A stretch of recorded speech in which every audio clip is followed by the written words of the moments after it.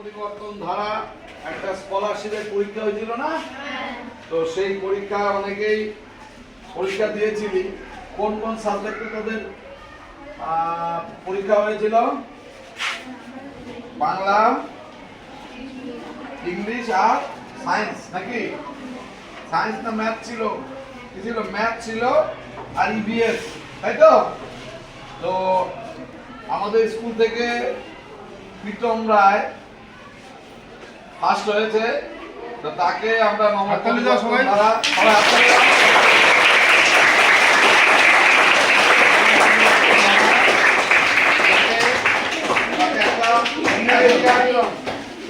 তো ওকে একটা মেডেল দেওয়া হচ্ছে, ঠিক আছে?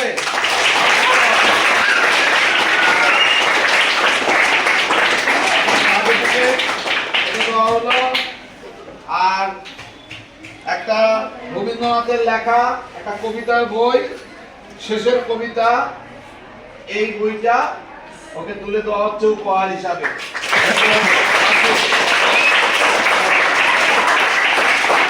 আমি আশা করব এবছর আবার পরীক্ষা নেওয়া হবে, সবাই ফর্ম ফিল আপ করবি। এই ধরনের কম্পিটিটিভ পরীক্ষা,